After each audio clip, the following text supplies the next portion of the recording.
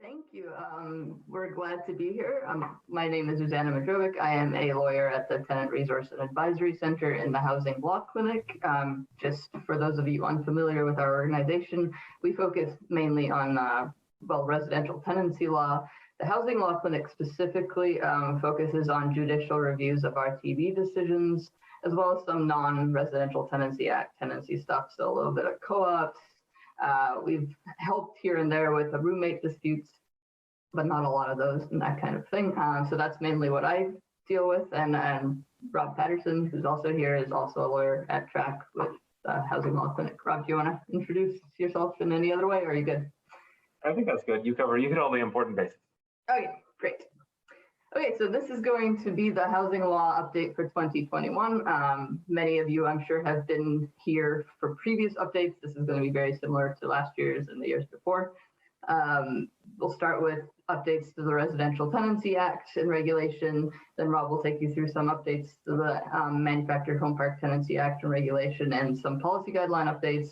And we'll finish off with sort of the juiciest bit with some case law updates from recent BC Supreme Court, Court of Appeal, and one CRT decision. So that's how this is going to go. And with that, Rob, can you move the slides ahead? And one more. Yeah, so these are the changes to the Residential Tenancy Act and Regulations that came into effect between when we had the session last year and now. And the first one we'll talk about is email service. I'm sure you all know that during or near the start of the pandemic, there was a temporary provision allowing tenants and landlords to serve documents by email. Now those provisions have essentially been encoded in the regulation, so they're somewhat permanent. And I say somewhat because, of course, it is in the regulation, which makes it a little bit easier to change than if it was in the act itself, right? Because the regulation can be changed by order in council and don't require all the steps that are required to change something that's in the act itself. But it signals their intent to make email service a permanent thing. So the section itself in the regulation talks about how people can be served by email. Now, the notable parts of this section, I think, is that parties can serve each other by email, or one party can serve another party by email if that party that's being served has given their email address as an address for service. And of course, the interesting question there is, what does that mean? Did the person have to specifically write down somewhere that this email address is an address for service, or will it be enough that the person has accepted sort of all previous communications by email? It's hard to say. To be safe, we like to tell people that the person should have explicitly said that the email address is acceptable as an address for service. So section 89 of the RTA. So this slide is here essentially to show you that in the RTA, they actually also had to make a few changes to accommodate the changes in the regulation for email service. And that's just to say that in the RTA, they changed section 89 to say that those special documents under section 89 can also be served by any method prescribed by regulation. So now that means that the special documents under section 89 can also be served by email if the party has given their email address as an address for service. And I'm sure many of you know the special documents referred to in section 89 are things like notice of dispute, decision to proceed with a review, a landlord's order of possession under section 55, or landlord's application to end a tenancy early, that kind of thing. So those documents can also be served by email where the party has provided an email address as an address for service. Another thing that to note is that when serving by email, documents are deemed received 3 days later unless received earlier. So just as with other methods of service, email service also has a deemed receipt provision. Good. So the next update to Residential Tenancy Act is an expanded scope for administrative penalties. This came into effect in March of this year as well. So this was just to expand the scope of admin penalties so that the RTB can issue them not only where a person has contravened the act or regulation or failed to comply with an order, but also where a person fails to comply with a demand of the director to produce documents, or if a person gives misleading or false information in a dispute resolution or in an investigation. So I don't know about all of you, but I have tried to get arbitrators to compel parties to produce documents and have never been successful at it. But this does seem to indicate that where that does happen and the other party doesn't comply, there could be an administrative penalty. So maybe that's a good thing. Maybe that's a signal that they will actually start ordering the production of documents occasionally, at least. I think that the production of documents power is also expanded in the scope of administrative penalties, so that in the course of investigating one, they can also now demand documents. So Right. It's not as much the burden on tenants to bring forward the evidence of the landlord's malfeasance. Sure. Yeah, I think I was speaking more in the context of dispute resolution, where we've asked to summon documents and then never managed to get an arbitrator to actually order that. Indeed. But yeah, we can keep trying. Okay, next slide. Okay, rent increase freeze. So most of you, I'm sure, know about this as well. So there was a rent increase freeze in effect for much of the pandemic, and that rent increase freeze was extended until January of 2022, and they did that through this provision in the Residential Tenancy Act. So essentially now any notice of rent increase that a landlord gives has to have an effective date of January 1st, 2022 or later. If a landlord gave a notice prior to that, then if a landlord gives a notice with an effective date prior to that, then it will not be valid. Oh, also the maximum rent increase for 2022 is 1.5%. Okay, so this is probably one of the most complicated changes that has been made this year.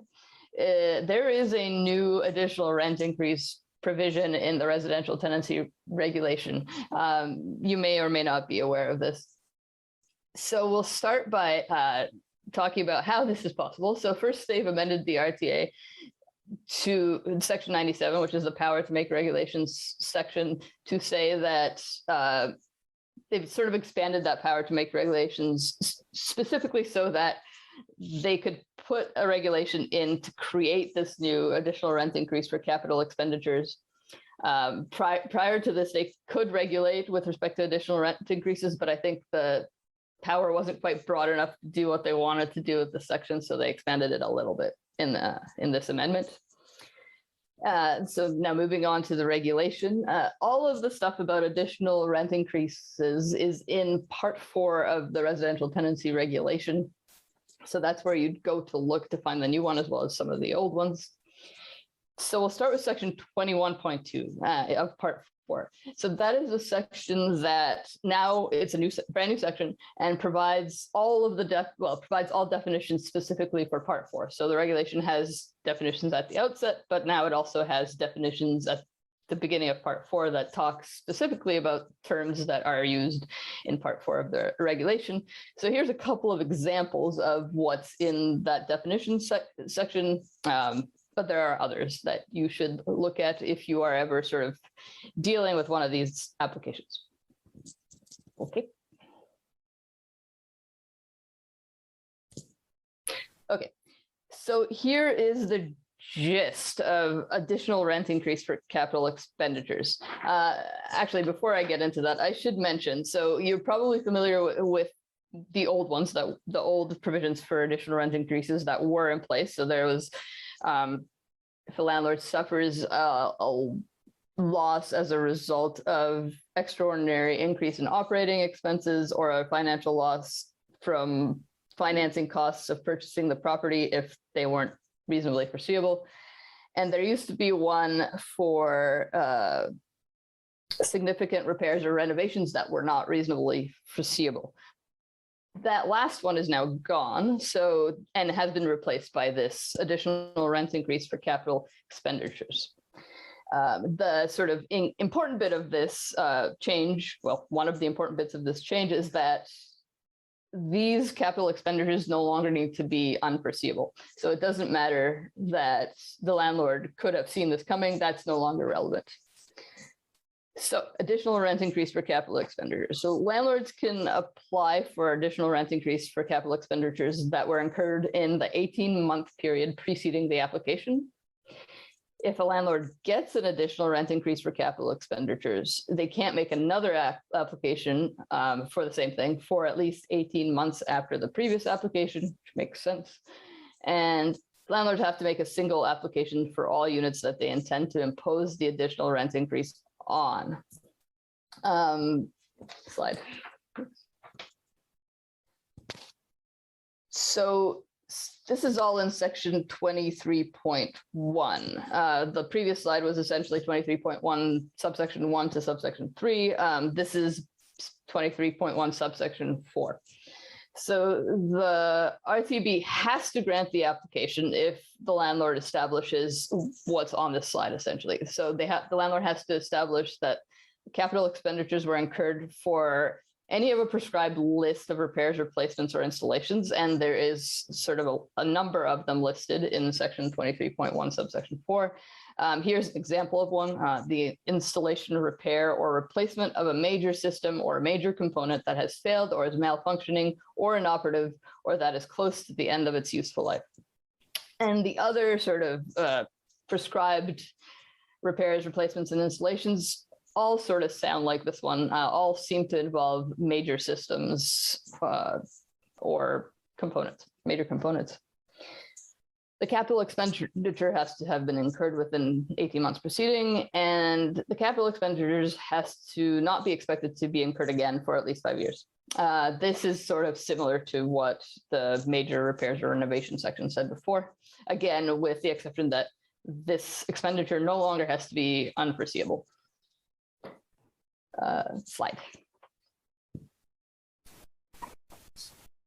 So this is basically section 23.1 subsection 5. So here is where the RTB must not grant the application. And I bolded these things, and on the previous slide I bolded must, just to note for you that the arbitrators don't have any discretion here. If the landlord establishes what was on the previous slide, the arbitrator has to grant the additional rent increase. If a tenant establishes what is on this slide, then the RTB must not grant the application for the capital expenditure.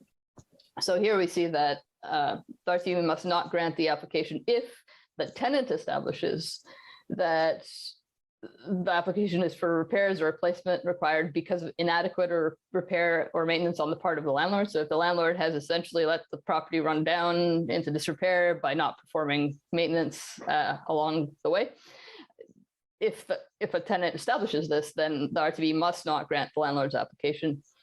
Or if the tenant establishes that the landlord has been paid or is entitled to be paid by another source for the capital expenditure, then the RTB must not grant the application. And section 21.1 defines another source by saying it includes a grant scheme or similar scheme, an insurance plan, and a settlement of a claim.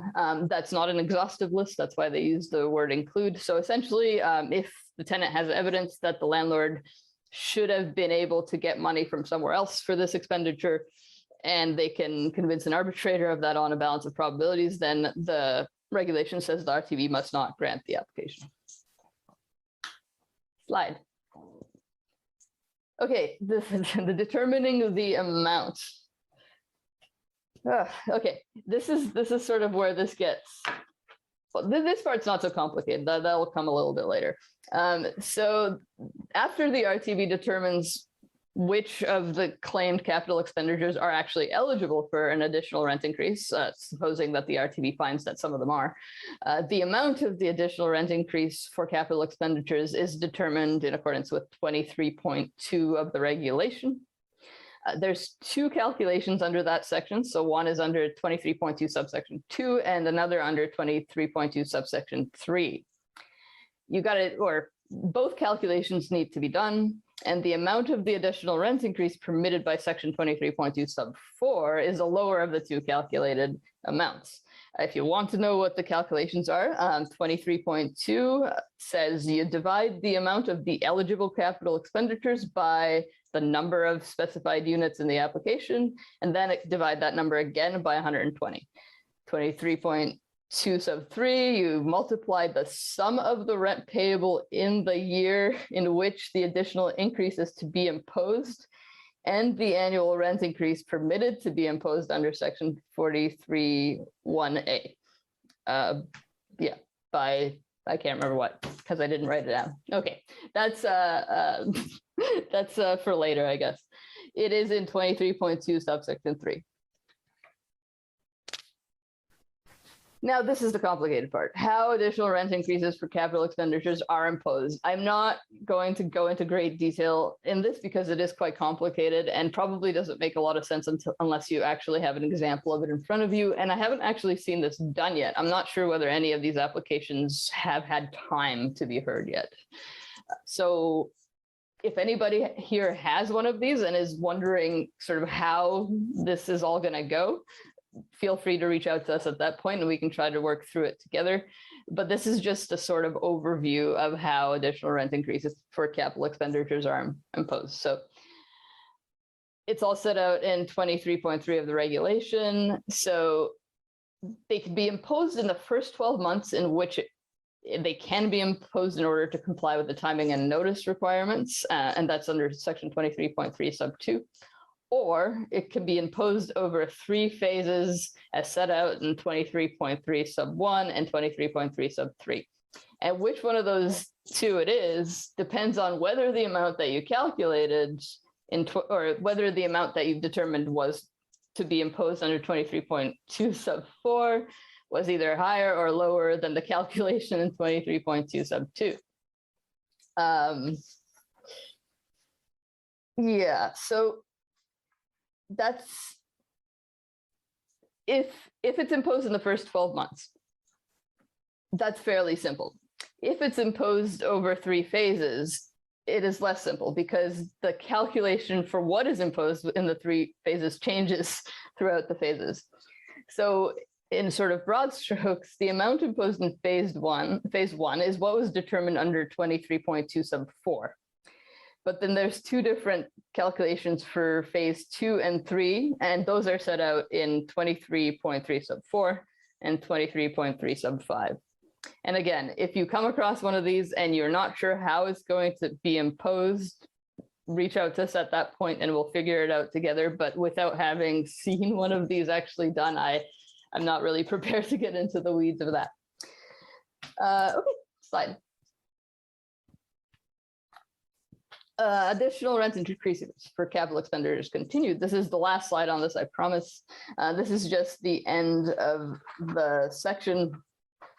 There's nothing particularly shocking in this. Essentially, if the additional rent increase approved is not imposed in accordance with subsection 2 or 3 of the section, the landlord can't carry any of the unused portion over. So essentially, if the landlord gets an additional rent increase and then fails to impose some of it, when they're supposed to, they can't go and impose it later. That's what that says. They can only impose 1 additional rent increase approved under section 23.1 at one time, and they have to impose additional rent increases approved under 23.1 in the order of applications approved. And then for certainty, they can't just decide not to impose 1 additional rent increase they've been granted in order to impose a subsequent one that they've been granted instead of it. And then subsection 9, if a tenant vacates a unit before one of the additional rent increases is imposed, the landlord must not impose that additional rent increase on the new tenant of the rental unit, to which I asked, why did you put this in? Because the new tenant will be charged whatever rent the landlord feels like charging for that unit anyway, to begin with. I guess like the reason they put this in might be that, you know, if there's a 3-phase rent increase, then that tenant shouldn't have to have those 2nd and 3rd phase, I guess, imposed on them after they've already come in and paid a much higher rent than the previous tenant was probably paying anyway. So yeah, that is additional rent increases. Okay, this is a much more fun section now. So ending a tenancy for renovations and repairs. This came into effect July 1st, 2021. I'm sure you all know about this because it's pretty exciting. So section 49.6b, which previously governed rent evictions as they've come to be known, has been repealed. It's gone and has been replaced by another section. Slide. So this here is now the new section. So now in order for a landlord to evict a tenant for major renovations, the landlord has to make the application. So the landlord needs, in order to succeed in this application, the landlord needs to establish that they intend in good faith to renovate or repair the rental unit, and that they have all the necessary permits and approvals required by law to do that. They have to establish that the renovations or repairs require the rental unit to be vacant, that the renovations or repairs, and this is new, the renovations or repairs are necessary to prolong or sustain the use of the rental unit or the building in which the rental unit is located, and that the only reasonable way to achieve the necessary vacancy is to end the tenancy agreement.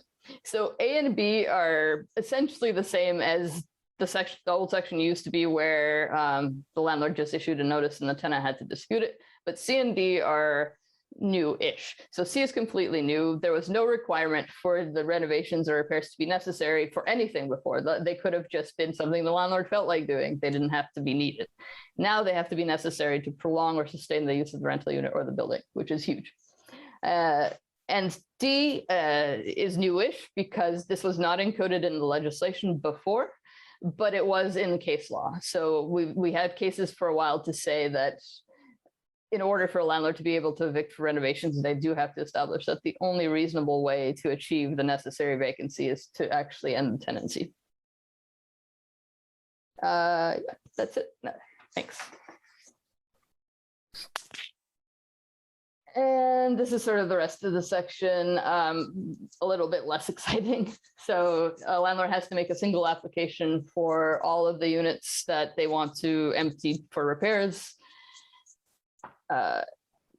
Yep, they have. So the director must grant an order. So this is essentially saying that if the director is satisfied that the landlord has established everything in the previous subsection, so subsection 1 that was on the previous slide, then they have to grant the order and ending the tenancy.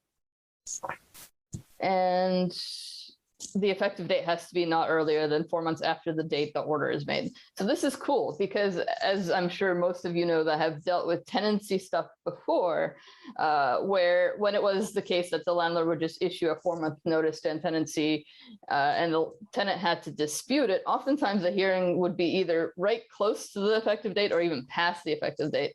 So the tenant would go into that hearing not knowing whether they would win or lose, and also knowing that if they lost, they could have an order of possession that was effective as early as 48 hours after the decision was made, or after the order was served. So now, if the landlord makes the application, it may take months to get the hearing. Even if the landlord is successful at the application, the effective date of the order can't be less than 4 months after the date the order is made. So the tenant still has the full 4 months after they know the landlord is successful to be able to find a new housing. Slide.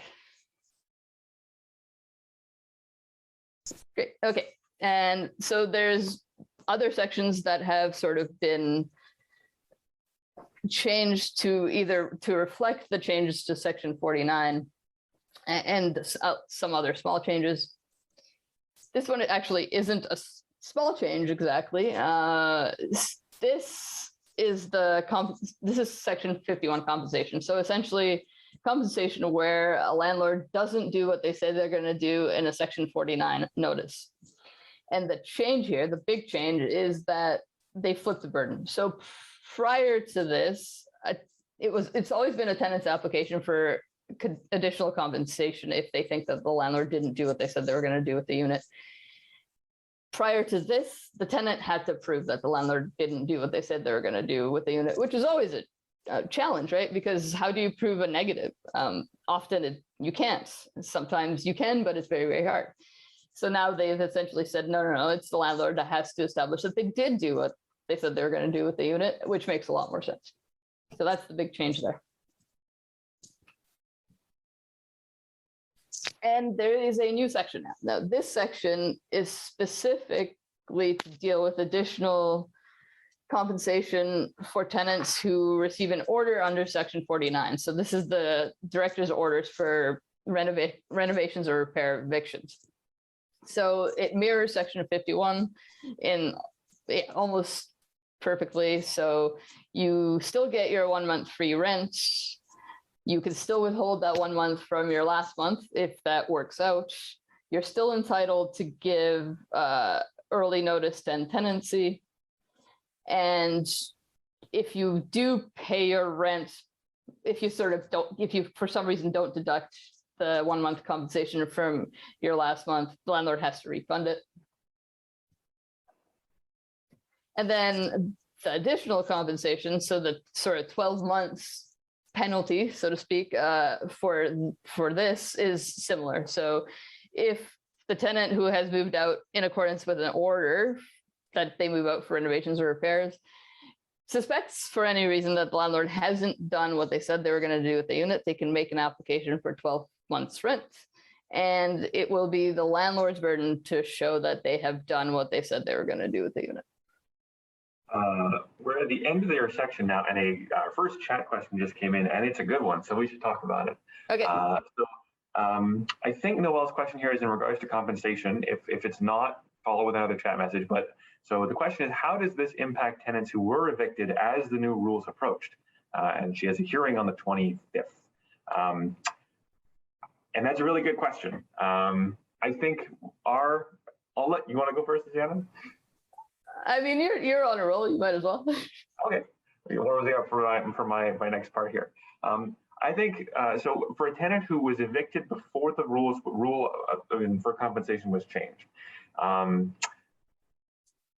think there's a number of arguments you can raise at a hearing to say that the new rules should apply to the previous case. One argument is that legislation generally cannot be retroactive when it's substantive, but if it's procedural, it generally can be retroactive. I think you can argue that this is in fact a procedural change, that it's just shifting the burden of proof to the tenant, to the landlord, rather, from the tenant to the landlord. On the flip side, you can also argue that under the rules of procedure, I forget which particular rule it is, an arbitrator has the discretion to determine who the burden lies on. So this is a power they've always had. They sort of can determine who it is based on whether it's appropriate or not. The example given in the rules is evictions. So in an eviction hearing, tenant is the applicant, they dispute it, but the burden's on the landlord. I think you can certainly argue that it's within the discretion of the arbitrator to flip the burden to the landlord, even if the new rules don't technically apply. And a tenant can also argue that the fact that the law has changed to flip the burden shows that this is the fair and proper way to go through this process. Yeah, I think those are the two main arguments that you'd raise at the hearing to argue that the burden should be on the landlord per the new rules. Yeah, anything else on that, Susanna? No, I think that covers it. Yeah. Cool. Well, what a great way to segue into me talking about the Manufactured Home Park Tenancy Act and its regulation. Susanna's stolen the 90% of my thunder because almost all these changes are just mirroring similar changes in the RTA. But luckily, the first one is a bit different. So section 32 in the MHPTA about park rules, an important sentence has been added here to subsection 4. So if a park rule established under this section is inconsistent or conflicts with a term other than a standard term or other material term in an agreement, the rule prevails to the extent of the inconsistency. What this means is you cannot use park rules to get out of either standard terms that are set out in the Manufactured Home Park Tenancy Act as required in all agreements, or material terms of a tenancy agreement, which means that if a tenant thinks, hey, this term is material and this new park rule is going to try and cut in on it, you can argue that it should not prevail over the material term. So similarly to the change, the next slide is on about the notice of rent increases. So similar to the change in the Residential Tenancy Act, this effectively just codifies the rent freeze between March 30th, 2020 and January 1st, 2022. Any notice received in that for any increase that was going to kick in that period is void. The earliest the increase can be is January 1st, 2022, and can only be 1.5%.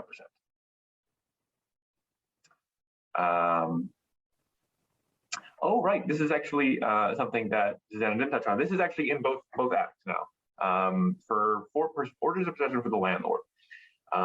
Where landlords issue a notice to end tenancy for non-payment and an arbitrator upholds the notice, either because the tenant doesn't dispute and the landlord goes to direct request, or the tenant disputes and loses. If the landlord upholds the notice, they must grant a monetary order requiring the payment of the unpaid rent. They don't have the discretion not to. They just must grant it with the order of possession. I think it's an interesting thing because there's always been this question about with a notice to end tenancy for non-payment. What does a tenant do with the land if they do owe some amount of money, but the landlord on the notice asks for a different amount of money that they're not actually entitled to? So I think this probably means that even if a tenant hasn't paid some amount of money, if they're $10 short, but the landlord's asking for $1,000, I think a tenant in the hearing can still argue that, while the order may be proper and you have to grant a monetary order, the actual amount I owe is X and not Y. And I think that becomes an important argument to make where landlords are asking for on the notices for more than they're entitled to. There's also an argument that those notices should be canceled because they don't have the right number on them, but that's another thing you throw in another wrench you try and throw in the works there. Okay, so similarly, again, to the Residential Tenancy Act section on administrative penalties, we have another addition to the MHPTA that expands the same powers there. So penalties can now be issued for failure to produce records on request from the director or giving false or misleading information either in a hearing or in an investigation. This is a real long section right at the end of the MHPTA about the ability to make regulations. So effectively, they've increased the ability for government to make rules without having to change the act. So there's additional power to make rules about frequency of changing park rules, about respecting rent calculations. This is probably tied a little bit to the additional rent increase stuff. And also, they had to add a part for giving providing means of service, because they also added email service to the MHPTA so that tenants can serve by email under the same rules as under the RTA. So not all of these reflect actual changes, but they reflect the ability for government to make these changes without making legislative amendments. So they are potentially areas to keep your eye on. And if these kind of issues come up, make sure you don't just check the act, but you also check the regulations to see if anything applies. Robert, there is a question in the chat. If you can answer. How does this impact tenants who were evicted as the new rules approached? She have a hearing on 25th. Right. I think that question came back during Jana's portion of the presentation, and I think we already talked about that. If there's anything left in that question unanswered, that they should, Noelle, if you want to pop something else in the chat, that'd be great. Otherwise, I think we're good. Okay, great. Thanks, Noelle. Thank you. Okay. And finally, here in the MHPTA regulations, Part 9 provides other means for giving and serving documents. It sets up the same email rules that we have now in the Residential Tenancy Act and the Residential Tenancy Regulations. So MHPTA changes almost identical. The only other change in the regulation is that they very thoughtfully went through and they made it a gender neutral piece of legislation. It used to always say he or she, and now they replaced all of that with just other terms, which is good. It doesn't have any legal effect, but it is nice to make legislation more inclusive. And now we're to the policy guidelines, which will deal both with MHPTA and RTA issues. So first up, policy guidelines 2A and 2B. These deal with notices to end tenancy for landlord use. 2A deals with 2-month notices, 2B deals with 4-month notices, and also now landlord's applications under 49.2 for renovations, effectively. So both policy guidelines were reflected to update the change to section 51 sub 2 that indicates the burden is now on the landlord to prove that they actually use the unit when a tenant claims a 12 months of rent. And of course, policy guideline 2B needed a significant update to reflect the change to how renovations work. That means they've also provided a bunch of information on the terms they use in 49.2, such as necessary to prolong or sustain the use of the rental building. They give only 3 examples of things that do that. Those are seismic upgrades, upgrading wiring to code, and installing or replacing sprinkler system to meet fire code. So it's very clear that they are trying to put the bar very high to make sure that it seems they want to eliminate the possibility for landlords to evict for cosmetic renovations. I think that given this requirement, there is no basis for a landlord to say the tenants needs to end because I need to replace the cabinets in the kitchen, which for some reason was a thing that we would always, I feel like that's the example that kept coming up in real life. Cabinetry isn't that complicated. They also provide guidance on the only reasonable way to achieve vacancy requirement. So the requirement is that the only reasonable way to achieve vacancy is by ending the tenancy. Like Zuzana said, that was in case law, and it kind of got watered down in later case law when the Court of Appeal said stupid things about it. And now it's been put in back to the legislation specifically to make sure it's still alive. And they've actually we've always been unclear, like, how long is a reasonable period of time for a tenant to offer to be out of their unit? And the policy guideline sets effectively that line. 45 days or fewer, it doesn't have to end. So if the repairs are going to take 45 days or fewer, there's no reasonable basis for the tenancy to end. It's as long as the tenant can be somewhere else for those 45 days. The longer it goes past 45 days, the more likely it's unreasonable for the tenancy to continue. But it will depend on the actual number of days and on the specific facts. So 45 days and under, I think this policy guideline means you're good. Your tenant can, as long as the tenant can offer reasonably to relocate for that period of time and then come back, the tenancy doesn't have to end. The longer you go past that, the harder it is to raise that argument, but it's not impossible. So definitely good to give it a shot. I have a suspicion though that tenants in general will be seeing far less of these applications to end tenancy than we saw of the 4-month notices for renovation, just because of all these additional requirements. But if they come up, there's a lot of, the toolbox has been increased in size to deal with them. Okay, policy guideline 3 is about claims for rent and damages for loss of rent. So there's some clarification. I think policy guideline 3 got significantly rewritten. Before we move on, a quick question from Jen here about the appendix for common renovations or repairs.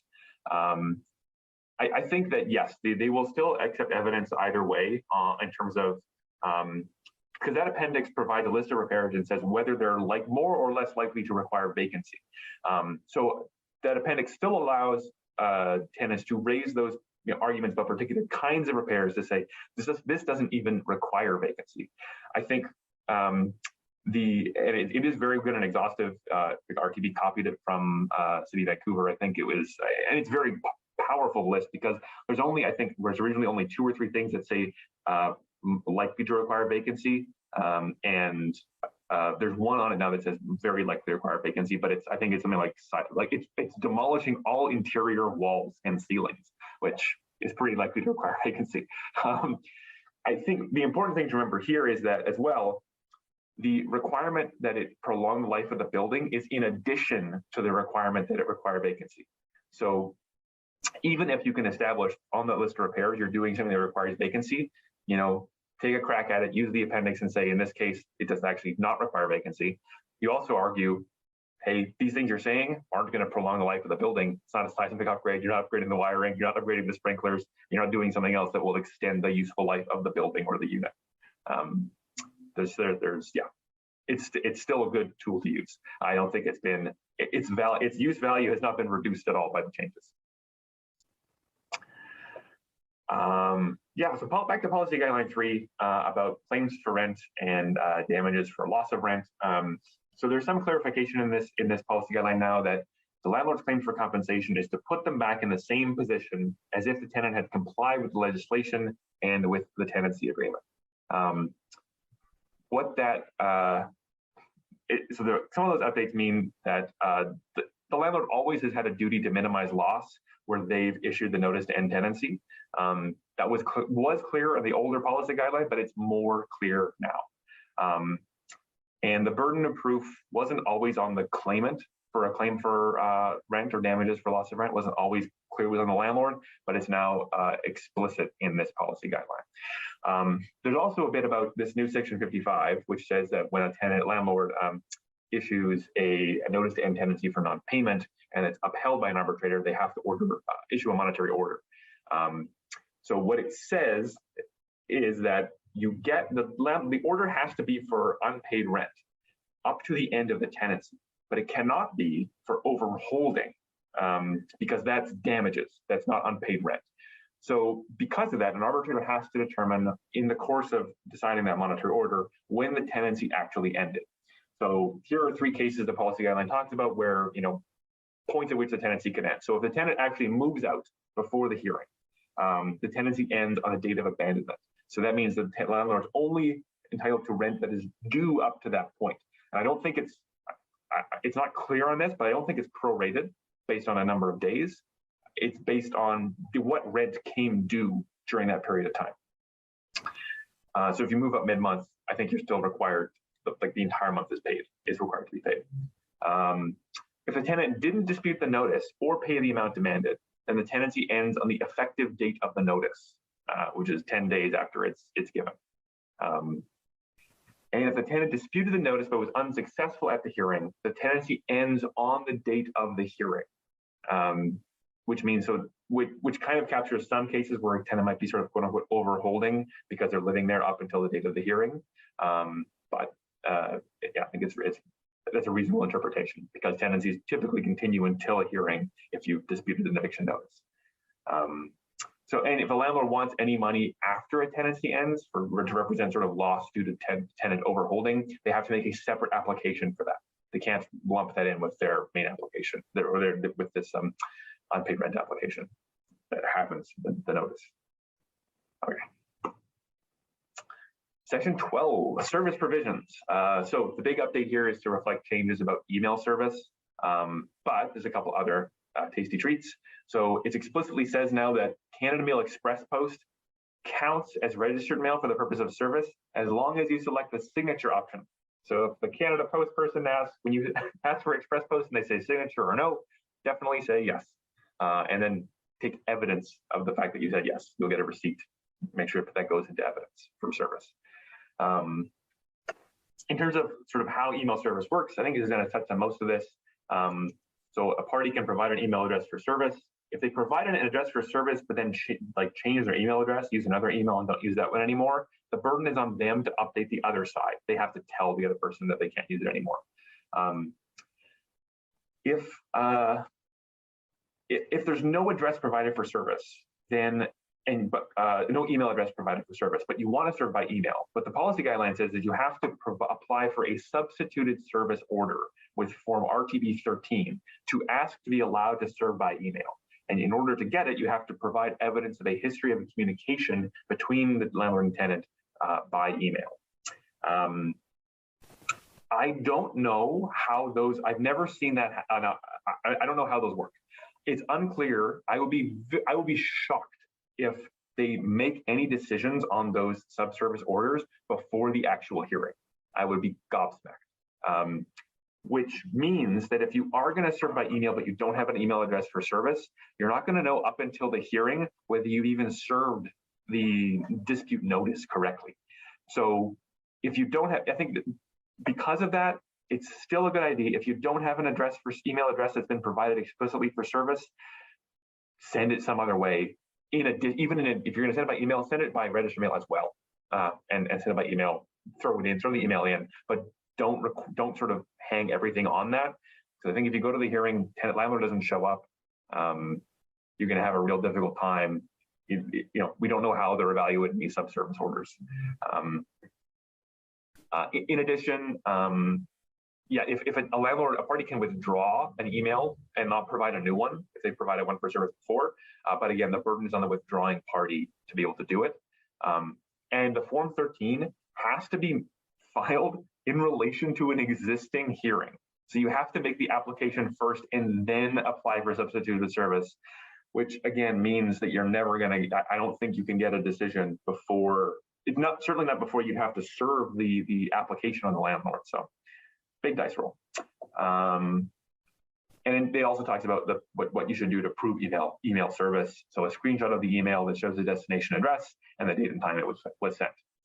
I've also put policy guideline 39 on this sheet because it's and 49 because they were updated only to cover how relevant documents, so the different direct request documents, can be served if email has been provided as an address for service. Guideline 27 about jurisdiction has a very small update so there is an exception on the small claims limit at the RTB, specifically for 12-month rent claims. That's just been expanded to make sure it covers the new section 51.4, which covers the 12-month rent claims when a tenancy is ended under the new 49.2, the new renovation clause. Effectively, no substantive change. Just be comforted in the fact that you will not be bound by the 35 grand upper limit on any kind of 12-month rent claim. Policy guideline 37 is about rent increases, and that needed a significant rewrite to cover the new additional rent increase for capital expenditures formula. It's a fun read. Don't read it unless you have to, because it's very long, and there's a page of formulae, which is, I think, nothing the RTB's ever had to do that before. Some takeaways are it has to be install, repair, or replace a major system or major components as defined in the Act. Be expected not to reoccur for at least 5 years. It does provide a lot of detail on eligibility of specific capital expenditures. So if you get a file like this, it is a very good idea to read the policy guideline and see, are we even, is there even a reasonable basis to apply for this? Is it even a kind of expenditure that can be asked for? And it also provides more information about how the increase is calculated and then applied over a 3-year period. And it does so in clearer terms in the legislation. So I would probably suggest read the policy guideline first before you read the actual legislation, just because it's a little bit more reader friendly. And finally, policy guideline 50 has been updated to reflect the changes in 51. The addition of 51.4 and 49.2 to make it clear that landlords bear the burden of proof and compensation claims for 12 months of rent. It does clarify that the 6-month requirement does not apply to renovations, any kind of renovation and a tenancy, which was really always the case. Arbitrators, I think, were just using their discretion to realize that, used within a reasonable period of time and for at least 6 months only makes sense in the case of actually moving in, and that renovations don't need to take a minimum of 6 months. In order for compensation to be due. Although I think I did see a couple of cases where arbitrators didn't get that right, but it's quite amusing. But now it's clear. Renovations they don't have to be carried on for 6 months in order to make sure that, in order for the tenant to not be entitled to 12 months rent. But there's still a notable gray area about the reasonable period for accomplishing the purpose of ending the tenancy. And because the renovation has been split off in the 2 months, there is some odd commentary about if a landlord issues a 2-month notice to end tenancy, and then before they move in, they decide to do some amount of renovations, that may be reasonable, but it may depend on the scope of those renovations. There's definitely gray area around that. So if you had a case like that and want to talk about it, should give us a call, because those are interesting ones. That covers the policy guidelines. I don't see any questions in the chat, so barring any further ones, let's talk about case law, the things the court says that now are the law. So we have 5 cases. I'm going to talk about the first 2. There's the next 3. I'm going to tell you what the court said and hopefully what it means and what you can use it for. So Belmont and Swan is a very fun case. It's a Court of Appeal case, which generally Court of Appeal means a bit more than the Supreme Court, but both are binding on arbitrators. So in this case, a landlord had served a 1-month notice on the tenant for breach of a material term. The term was about guest restrictions for the tenancy. The tenant disputed the notice, and the arbitrator set it aside. The landlord filed for judicial review and was successful on the basis that the reasons in the decision were insufficient. Effectively, the arbitrator did not, while the conclusion may have been unreasonable or not, they didn't get there properly. They didn't show the right way to get there. The tenant appealed that decision of the court to the Court of Appeal. And the Court of Appeal held that the decision was patently unreasonable, in particular, because the arbitrator did not follow the basic principles of contractual interpretation. So this case now sort of stands for the principle that if you have a hearing and an arbitrator in the course of that hearing has to interpret the meaning of a contract, of a term in a tenancy agreement or the tenancy agreement as a whole, they must follow the basic principles of contractual interpretation. And throwing this case in, being able to refer to it, may be helpful in making arguments about how to interpret contracts. There are a couple, at paragraph 29 in the middle of this decision, the court cites another case setting out, which cites two other cases in classic decision fashion, that sort of set out what the sort of guidelines for interpreting contracts are. So the first part of it here is that in the overriding concern in interpreting contract is to determine the intent of the parties and the scope of their understanding. So to do so, a decision maker must read the contract as a whole, giving words used their ordinary and grammatical meaning, consistent with the surrounding circumstances known to the parties at the time of formation of the contract. Consideration of the surrounding circumstances recognize that ascertaining contractual intention can be difficult when looking at words on their own, because words alone do not have an immutable or absolute meaning. I think that these kind of arguing over specific terms in an agreement, these are the kind of arguments you'd raise about terms that a landlord has included in an agreement separate from the standard terms. I don't think you can argue about interpretation of the standard terms in this way, but if, for example, there's an addendum to a tenancy agreement and there's terms that have, you want to argue about what the meaning of those terms are, the starting point is, what did the parties intend this to mean? And what was their understanding at the time? There's a list then also provided of sort of like a bullet point of what people have to do, what decision makers have to do when interpreting contracts, and courts as well. Again, the court aims to determine the intentions of the parties in accordance with the language used, and presumes the parties have intended what they've said. You construe the contract as a whole in a manner that gives meaning to all of its terms, and you avoid an interpretation that would render one or more of its terms ineffective. So you assume that everything's there for a reason, and you shouldn't interpret it in a way that removes the reason for some of those terms.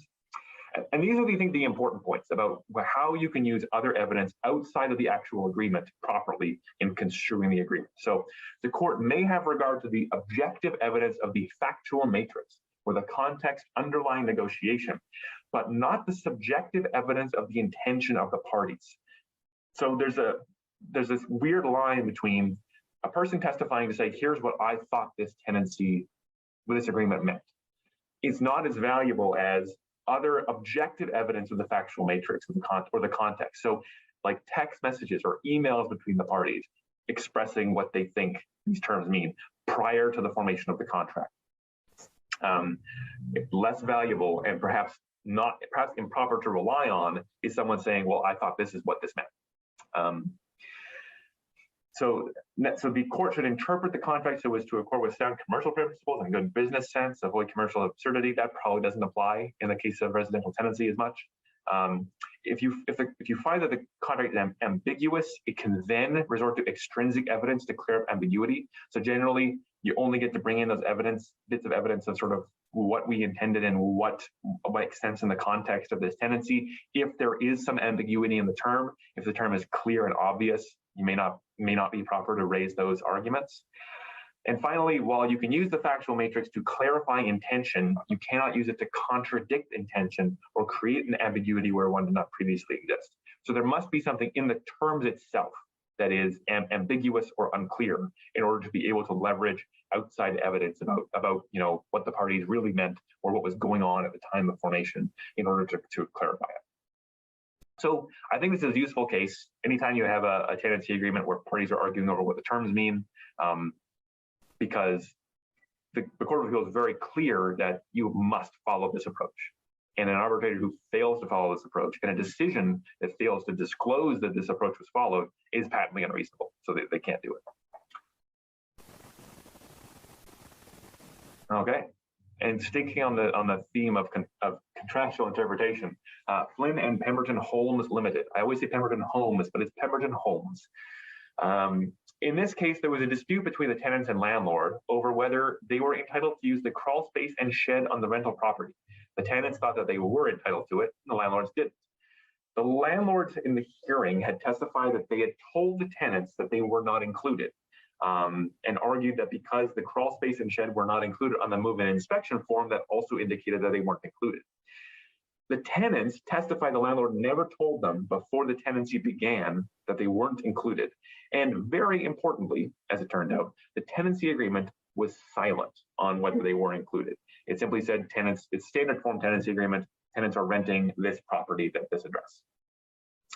The arbitrator in their decision found that the shed and crawl space were not included. So they found the burden was on the tenants, they found, and they were not satisfied that the storage areas were included as part of the rental space. The court disagreed. The tenants applied for judicial review, and the court found that the entire case turned on the agreement. Now, this was in part because the arbitrator didn't make any findings of fact about what the employees actually said to the tenants. But this is also, I mean, they also found that statements to the tenants after the tenancy began were not sufficient to sort of cut down the meaning of the agreement, which kind of is in line with the Belmont principle that you can't use that extrinsic evidence to create ambiguity in the agreement. If the agreement is clear that you get the whole property, you can't later say, well, I told them after we signed it, they don't get the whole property. Yeah. So, but this comment from the court on the right, I think is really, really interesting. The underlying portions are maybe the most important. So the court found that the agreement contained no terms which would have excluded the shed or the crawl space, and therefore the agreement on its face was sufficient to establish that there were no relevant exclusions from the property.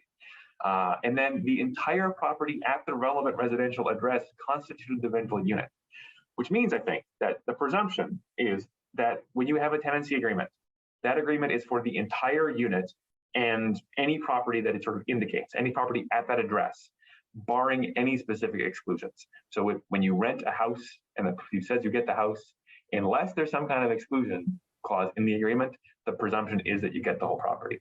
Now, what this doesn't quite cover is cases where perhaps prior to the agreement being signed, the landlord told the tenant that, hey, I'm keeping the crawl space. I'm going to keep my things in the crawl space so you won't be able to use it, or you can only use half the crawl space. I think that this case doesn't go quite as far to say that that's necessarily not incorrect or unsupported by the RTA, because the Act says you can have verbal terms. Likely, it may be possible that that's a valid sort of exclusion, but certainly it's clear that you can't do anything to that after it, after the tenancy agreement's been formed. And the presumption is, on the face of the agreement, you get the whole thing. I see a question here. I'll get to before handing the reins back to Susanna. I promise you'll get to talk again. From Michelle. So does that mean that landlords can add a whole bunch of terms, and if it's explained properly and everyone understands the terms, but they go against the Act, but the tenant understood the intent when they signed, they can't dispute the terms if they are now violated?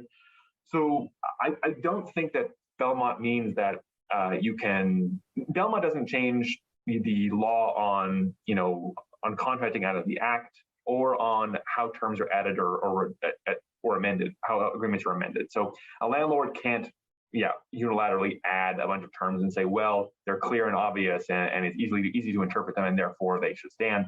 The argument against those terms isn't that they are necessarily vague or ambiguous and shouldn't be should be read down, but rather that they are not don't form part of the contract properly because the tenant never agreed to add them to the contract. Nothing in Belmont changes that. You still require the agreement of both parties or all parties, tenant and landlord, to amend the terms of an agreement.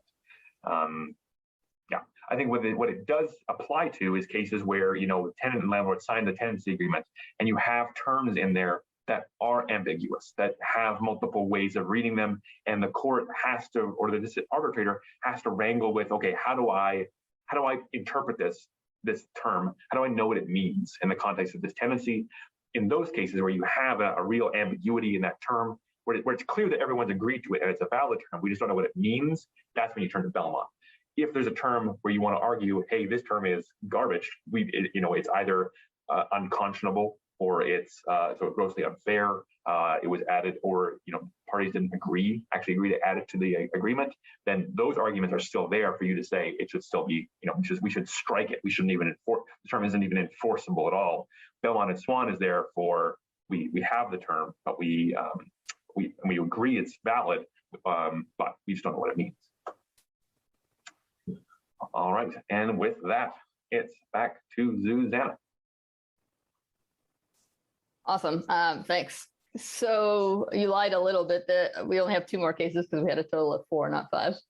Oh, It's all good. Okay, so the first one of my 2 cases is Chishwan Housing Society and Silver. So this was a judicial review of the Residential Tenancy Branch decision that granted an order to a tenant for the landlord to comply with the RTA. And the facts were as follows. So CHS was a nonprofit landlord, and Ms. Silver was, or they were, a tenant receiving subsidy to live in that building. So they had an agreement. JS and CHS had an agreement between them that had a term that said that if the tenant is eligible for a rent subsidy, and if the tenant is absent from the residential premises for 1 consecutive month or longer without the prior written consent of the landlord may end the tenancy, even if the rent is paid for the period. Now, presumably the intent there was that, the landlord didn't want subsidized units to be sitting empty, I guess. There was another fact that I haven't listed on the slide that the landlord put into evidence, that the BC Housing template agreement that they used had a similar term, except the term in the BC Housing template agreement, the time for the tenant to be absent was 3 months rather than 1.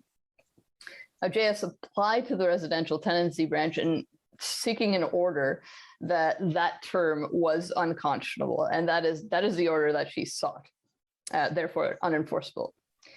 At the hearing, that is what she argued, or what they argued, and neither party raised the issue of quiet enjoyment, and this is important. So neither party talked about quiet enjoyment under Section 28 of the RTA at all. In their decision, the arbitrator didn't make a determination on unconscionability at all, and instead found that the term was contrary to Section 28C of the Residential Tenancy Act, finding that a limit on the tenant's freedom to be away from the unit for more than a month was a breach of the tenant's right to quiet enjoyment. The landlord judicially reviewed the decision on the basis that there was a breach of procedural fairness, and also for some other reasons. So they said it was patently unreasonable because the reasons were inadequate, and they made some other arguments about patent unreasonableness as well. So the BC Supreme Court held that the decision should be set aside, both for lack of procedural fairness and because the reasons were inadequate. And I've sort of pulled out the important bits on the slide. So the judge in this decision said, and I am satisfied that CHS was denied its right to procedural fairness by the arbitrator's consideration of quiet enjoyment under Section 28C, and the fact that she ultimately based her decision on that. I do not agree with Ms. Silver's position that CHS put Section 28C in issue through its general submission regarding the Act. While CHS's statements were broad, they cannot reasonably be read as an invitation or a challenge to the arbitrator to scour the whole Act in search of a provision that might prove CHS wrong. So essentially what this is saying is that she essentially argued that in its submissions before the arbitrator, CHS made a broad statement that the term was not contrary to the Act in general, and JS argued that this essentially put the entire Act in issue, and the arbitrator was sort of free to find that the term contravened any provision of the Act, but the judge disagreed. Slide, please. The landlord's general argument was, look, had we known that Section 28 specifically was going to be an issue, we would have made arguments about it, but we didn't get to, so that was a breach of procedural fairness. So the judge continued that Ms. Silver clearly put in issue the question of whether Clause 17 is unconscionable in light of her own circumstances, and whether it is unfair in light of the BC housing precedent. Those were the issues advanced in the arbitration, despite the informality of the proceeding and the fact that Ms. Silver generally asserted that Clause 17 is an unreasonable restriction. I find that this was not sufficiently specific to put CHS on notice that it would need to address Section 28C. I accept the arbitration process is an informal one where participants are often unrepresented. Even if they may rely to some extent on guidance from the RTB or even arbitrators. This does not give arbitrators license to decide issues that were not argued before them without giving the parties a chance to be heard on those points. So this is important, I think, to keep in mind for a couple of reasons. One is that you should always explicitly argue what you mean to be arguing, and don't assume that just because something is obvious, an arbitrator will just make that finding without you arguing it. You should always argue explicitly everything that you intend to argue in a hearing.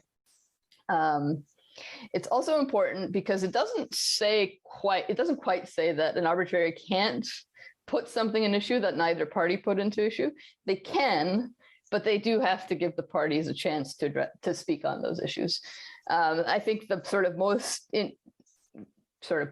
most common example of this might actually be jurisdiction. So it could be that both parties enter RTB dispute resolution hearing, assuming that they have jurisdiction. But if an arbitrator sees something about the living situation that makes them think that an exception in Section 4 applies, they can find the lack of jurisdiction. But in my opinion, in this case, says that they have to actually let the parties speak to that issue and then make a decision.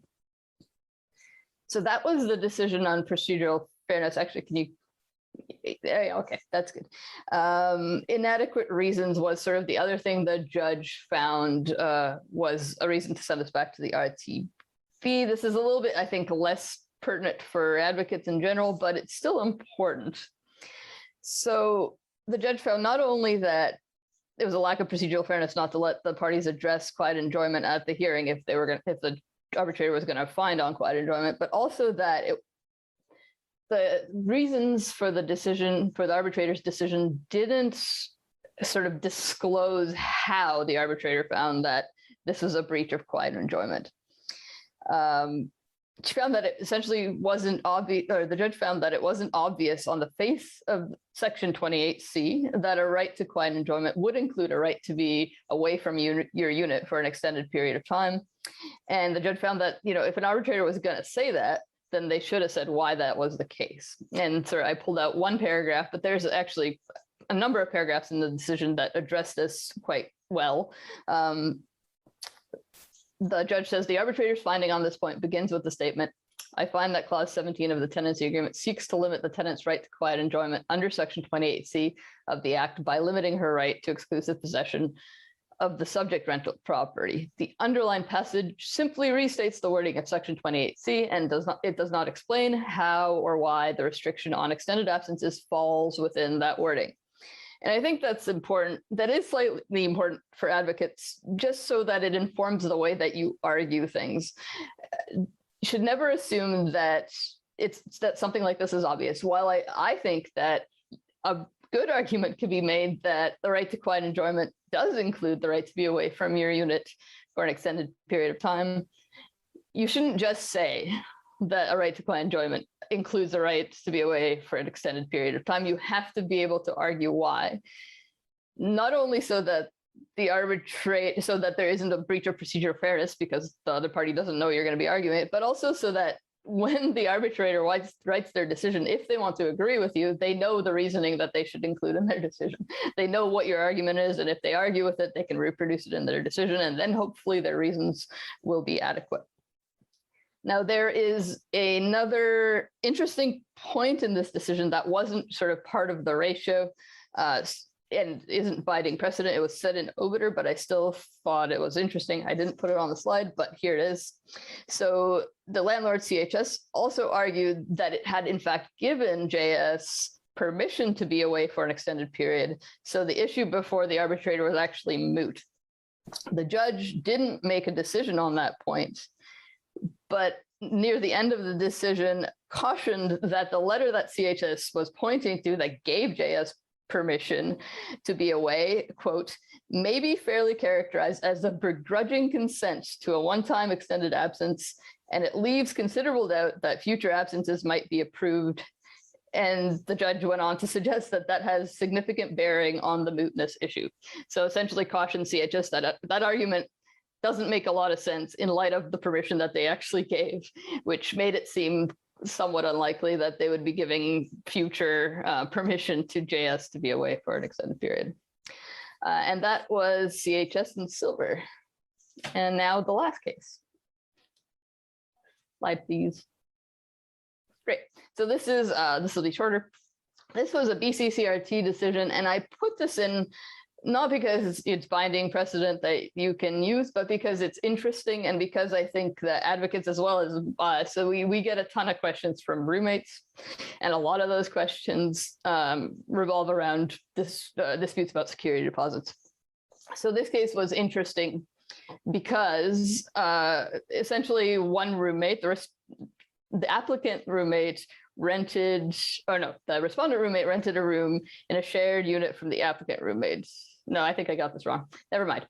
Okay, so one roommate rented a room from another roommate. The applicant or the roommate who rented the room in the shared space paid a deposit to sort of the head tenant, we'll call them. Both the parties made a written roommate agreement, and they used the standard RTB form. And that form, as you may know, incorporates aspects of the Residential Tenancy Act, including the provisions respecting security deposits. So the tenant who rented the room paid a deposit of $625, and the head tenant did not return the security deposit and didn't apply to the RTB or the CRT to be permitted to keep any of it. The tenant who rented the room and didn't get their deposit refunded applied to the CRT for double the security deposit because one of the provisions that their contract incorporated was the provision of the RTA that says, once the tenancy ends, the landlord has 15 days to either refund the deposit, or 15 days of the day that the tenancy ends or the day that the landlord receives forwarding address in writing, whichever is later. They have those 15 days to either return the deposit or to make an application to the RTB to be able to keep it. So on this basis, the tenant who rented the room applied for double the security deposit. The interesting part of this that I found most interesting was that the head tenant argued that they didn't apply to the RTB to be able to keep the deposit within the 15 days, which is what the agreement asked or required of them, was because they learned that the RTB didn't have jurisdiction, so they couldn't have done what the agreement actually required of them. And the implication there was that the head tenant was trying to argue that the adjudicator should find that the term that required them to apply to the RTB within 15 days to retain the deposit was non-enforceable. The adjudicator did not agree and found that the head tenant could have complied with the contract by applying for a dispute resolution at the CRT instead of the RTB, as discussed and they quoted another CRT decision where the same thing was found. But the head tenant didn't do that and therefore was liable to pay double the security deposit, which I thought was interesting, and it's why I decided to include it here. And I think that is all I have. Rob, remember we wanted to talk about something if we had time at the end. Do you remember what that was? Oof. Yeah, I'm surprised we have the whole 10-minute bulletin. If you have any outstanding questions, please put them in chat while we try and remember what we want to talk about. Was it another case? I don't think so. Oh, you know what? I think it was the change in the substantially connected to a matter before the Supreme Court. Oh, yes. Let's talk about that after we answer Andre's question here. The 45 days in for the period for renovations. I think that's something we're at the hearing. A lot of those renovation arguments or anti-renovation arguments all kind of like work together. So you'd argue a bunch of arguments have to be about what are the actual renovations that have to be done, and also about what vacancy they require specifically. So one argument can be, well, let's go through all the different things landlord says they want to do. What of these things can be done together, or like either done together at the same time if they all require vacancy to be quick, or if they have what can be staged out in a way that they don't require vacancy.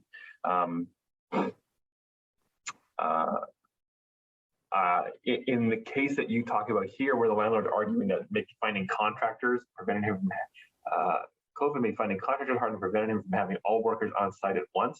In terms of finding contractors hard, I cannot see how that's a valid reason for why something should take longer. You should just, the work should take as long as the work takes, regardless of how long it takes to find contractors. And if you're only needing spurts of small periods of empty unit for those periods you have contractors, arguably that argument cuts the other way. That, well, if you can get workers for a week, but you don't have workers next week, I can come in next week, I guess. I guess as long as something hasn't been left exposed or something. The other argument that COVID means that you can't have all workers on site at once, so it would take longer. That's a dangerous argument. I think that's probably reasonable if they can have some sort of evidence that that's the case. If they just say it, they don't have any evidence, maybe you push back and say there's no evidence for that claim. But if they did have evidence, that may not be unreasonable to say, well, it needs to be a bit longer because of that, and that justifies the time period the landlord said it's going to take. Becky, the question about the CRT timeline, I have no idea personally about how long that takes. Does Anna any indication on the decision as far as you remember? Not that I remember, but Becky, I can take a look after and see if the decision indicates sort of when the application was made, and I can shoot you an email if it does, but I don't know how fast the CRT is moving right now. Yeah, I can't imagine it's that speedy, but I also would be surprised if it's as slow as the RTB. I wouldn't be that surprised. No, I wouldn't be that surprised because the CRT also has a sort of mediation portion before they get to adjudication generally. So it might take even a little bit longer. That's true. Okay. So yes, I have the section up in front of me. One of the other amendments we didn't want to talk about because it's a little bit, it may be a little bit, I think it's still relevant. It's just a bit, it takes a lot of time to get through. Section 58 of the Residential Tenancy Act about determining disputes. So there's a subsection in there about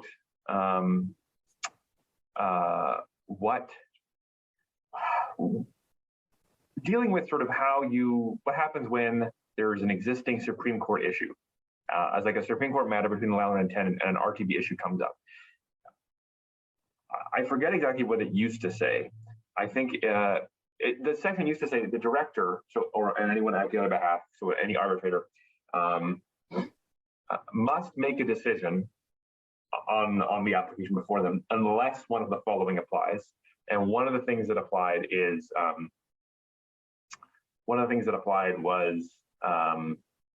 if a matter was substantially linked to the Supreme Court, which meant that if it was linked, they didn't have to, but it wasn't entirely clear what they would like. They just had to sort it out. Then they had the option to say no, I'm not going to decide this. That section was rewritten and now says the director must not determine if, and one of the ifs is the dispute is substantially linked to a matter before the Supreme Court. And it also added a section in that says a Supreme Court may make, on application, may disorder that the director hear and determine the dispute, or themselves hear and determine the dispute. I think what the shortest version of this means, and Susanna, you can correct me if you have a different interpretation, is that this comes up mostly in the case of judicial review. Tenant gets a notice to end tenancy, disputes it, loses, files for judicial review of that decision. While that judicial review is pending, the landlord issues a new notice to end tenancy that's substantially linked to the first. It's substantially similar. It relies on similar claims, similar facts that are technically res judicata by the first decision, so it's already been decided, so you can't even technically argue your way out of it, but it's somehow substantially linked. In those cases, tenants should still, well, this is the weird thing. You may still want to dispute them within the time period to make sure that doesn't automatically, I think that's still what you have to do. Tenant still has to file to dispute the notice within the relevant time period to make sure it doesn't end the tenancy. But it also requires them now to apply to Supreme Court to get an order about what happens with that decision. Because what you don't want to have happen is for a tenant to dispute the notice, it to go before an arbitrator says, well, this is substantially linked, so I'm going to dismiss it with leave to reapply. Because you can't there's no point to have leave to reapply for an eviction notice. That's, I think, What do you think, Susanna? No, that covers it. I mean, we were recently in that situation, right? That we had to amend our petition for judicial review to include asking for an order respecting the new eviction notice, but luckily we just got the landlord to agree to sort of adjourn the RTB hearing so that we wouldn't have to deal with it in Supreme Court. But Right. Yeah, I think that is correct. I think the tenant probably has to make that application in Supreme Court. Yeah. A couple more questions in the queue. Is a landlord allowed to ask for proof of vaccination for candidates to apply for tenancies? Can a tenant ask a landlord to have proof of vaccination for showings and for people who come to see the unit? Question one, maybe. It's because it's sort of, we fall back on the Office of the Information and Privacy Commissioner guidelines for privacy law in the context of tenancy. A landlord can request or require any information that is reasonably necessary to create or maintain a tenancy. So is it reasonably necessary? Maybe. It might depend on the specific living situation. The tenant's going to be, if they're a tenant in common, sharing common space with other tenants, like sharing a room in a house, maybe if the other tenants are vaccinated or if it's a health issue. If they are renting a detached house, probably maybe not. I think it depends on the context. And of course, there's the constant problem of even if you're not allowed to ask for it, what do you do if they do? If you don't provide it, they probably won't rent to you. And there's not really a meaningful recourse at that point. So it's a tough situation. In terms of a tenant asking a landlord to have proof of vaccination for showings and for people who come to the unit, that's an interesting question. I don't think there's anything there's nothing under the Act that would there's nothing explicitly that would give a tenant, I think, the right to deny the landlord access because they haven't provided proof of vaccination. Tenant can always ask. But maybe a tenant there might be some kind of argument that, at least for tenants with specific vulnerabilities, that it's not a reasonable purpose for entry if the people entering are not vaccinated. Maybe, but I think it's that's a stretch, and it's denying entry, especially when there's like a showing for sale, is a real dice roll in terms of what the landlord will do. In theory, worst case scenario, landlord says you're interfering with my ability to sell my property. It's gone down in value now when I sold it. I'm suing you for the difference, right? Also, an eviction notice for interfering with a lawful right? Also that. I mean, I think it's worse to get a claim against you for 6 figures than that, but they're both bad. They're both bad. At least I see your comment, but I don't see a question. If you have a specific question about that, happy to answer it, but otherwise, it does sound like an awful situation for that tenant. Amy's question, is there anything that can be done when there are multiple issues regarding one landlord/rental company? Say majority of tenants are having issues with the property manager and landlord, but no one wants to act as a witness for other tenants due to fear of retribution or file for arbitration since they may be threatened with eviction. So that's a good question. I mean, if no one's willing to come forward, I think there's always, if 0 people will ever come forward, there will always be a challenge, regardless of what you're trying to do. That being said, the Compliance and Enforcement Unit is now allowing advocates to make complaints to their brand, their part of the branch, just on behalf of tenants. Yeah. I think you may have to specify the tenant's name. You will, and they will contact the tenant. Like, I don't think there's any way without I don't think there's any way to do it where the RTB never speaks to the tenant. Right. I think it's a way to avoid having to do it. It may be a way to get some level of recourse without dispute resolution, but it's still, compliance and enforcement, I think also in many cases will say, well, this is probably more appropriate for dispute resolution than it is for investigation. So it's probably more likely, it's likely the tenants should try and get together and make some kind of application. That's probably the better way to do it. But if there's no way to do it for some reason, then compliance and enforcement is something you can try, but it's tough. Elisa's question about recourse: water is cut off in a trailer park, evicted for non-payment. I mean, the recourse there is, if regardless of how the tenants, what's happening in the tenancy, the landlord has to provide essential services, even if the non-payment eviction has been filed. So, recourse is any loss for a breach, any loss that results from breach of the act, like the breach of cutting off water, and of course, you can dispute the non-payment notice. Michelle says, is there anything that can be done when an MHP landlord offends a potential buyer who made an offer on a home so much that they withdraw their offer, and now the buyer's lost the sale and cannot sell the home because realtors are telling potential buyers of the incident? Oh my God. What did that landlord do? That's bad not to get realtors talking about it. That's a really good question. I think it is a classic, like, oh yeah, just harassing them. I think we should get back on this one because there is specific provisions in the MHPTA about this kind of stuff. So right. And I haven't looked at them recently. It's a good point. That is, yeah, best to do the research, but yeah. Sounds good. We'll wait your call, Michelle. Okay. Last call for questions. We're just 2 minutes over time, just sneaking right in, or perhaps we're getting hooked off the stage. Yeah, it looks good. No more questions coming in the chat yeah, it's good information. Thank you to both of you for sharing such a wonderful wealth of information. Thank you. Thank you to all the participants. Thank you, Alessia, Kayla. Have a wonderful day, everyone. Bye-bye. See you, folks. Thanks for coming. Bye.